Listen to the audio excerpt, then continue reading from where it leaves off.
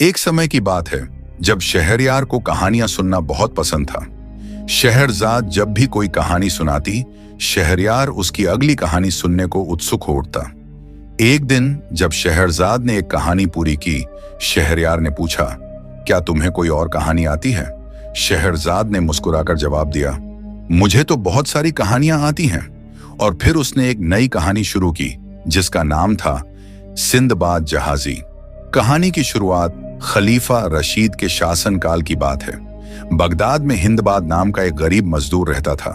वह मेहनतकश था, लेकिन गरीबी ने उसकी जिंदगी कठिन बना रखी थी। एक दिन गर्मियों की भरी दोपहर में हिंदबाद भारी सामान लेकर जा रहा था। सूरज की तपिश और बोझ के चलते उसकी थकान बढ़ती जा रही थी। वह थोड़ा आराम करने के लिए एक शानदार घर के पास बैठ गया। घर से बेहद खुशबूदार पकवानों और गुलाब जल की महक आ रही थी।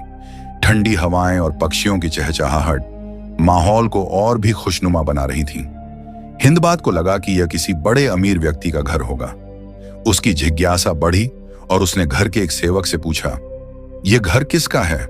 सेवक ने चौंक कर जवाब दिया, क्या तुम बगदाद में रहते हो और भी नहीं जानते कि यह सिंदबाद जहाजी का घर है? वह एक महान और धनवान व्यक्ति है। गरीब मजदूर की फरियाद यह सुनकर हिंदबाद ने अपने दोनों हाथ ऊपर उठाए और ईश्वर से शिकायत करने लगा, हे भगवान, यह कैसा अन्याय है। एक तरफ सिंदबाद है जो ऐशो आराम से अपनी जिंदगी जी रहा है, और दूसरी तरफ मैं हूं जो दिन रात मेहनत करता हूं, लेकिन मुश्किल से अपने परिवार का पेट पाल पाता हूं। आखिर हम दोनों में फर्क क्या है?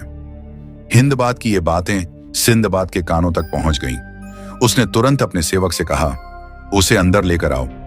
सेवक ने हिंदबाद को अंदर आने को कहा, लेकिन वह डर गया। उसे लगा कि शायद सिंदबाद उसकी बातें सुनकर नाराज हो गए हैं और अब उसे सजा देंगे। लेकिन सेवक ने उसे भरोसा दिलाया कि उसे कुछ नहीं होगा।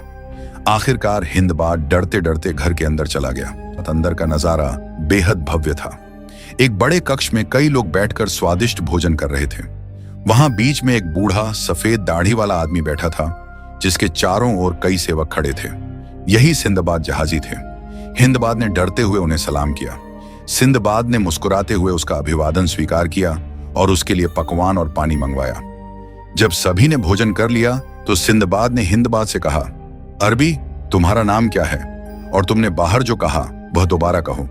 सिंदबाद ने उसे बड़े स्नेह और आदर से यह बात कही, लेकिन हिंदबाद अब भी थोड़ा असहज था।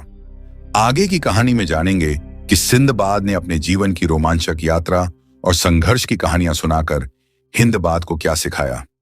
तो बने रहिए इस रोमांचक कहानी के साथ।